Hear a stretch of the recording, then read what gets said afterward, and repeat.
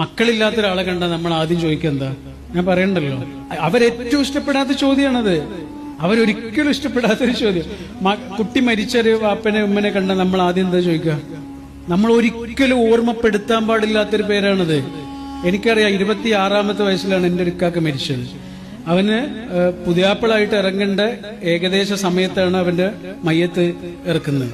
ഞങ്ങളുടെ വീട്ടിലേക്ക് വരുന്ന കുറെ ആളുകളുണ്ട്. നമ്മൾ പ്രാർത്ഥിക്കുന്നത് ഉപ്പാനോടും ഉമ്മനോടും അവരത് പറയാതിരിക്കട്ടെ, ഓന്റെ പേര് പറയാതിരിക്കട്ടെ എന്നാ. ഇവരതന്നെ കൃത്യമായി പറയാനാ വന്നത്. മുറിവില് തൊട്ടാല് അത് ഉണങ്ങൂല. നമുക്കൊരു മുറിവുണ്ട്, അതിലിങ്ങനെ തൊട്ടുകൊണ്ടിരുന്നാൽ അത് ഉണങ്ങുമോ? അതുകൊണ്ട് വേറൊരാളെ മുറിവിലും പോയിട്ട് തൊടരുത്, അത് ഉണങ്ങിക്കോട്ടെ. തടിയുള്ള ഒരാളോട് തടിയെ കുറിച്ച് ഒരിക്കലും സംസാരിക്കരുത്. അവരൊരിക്കലും ആഗ്രഹിക്കാത്തൊരു കാര്യമാണത്.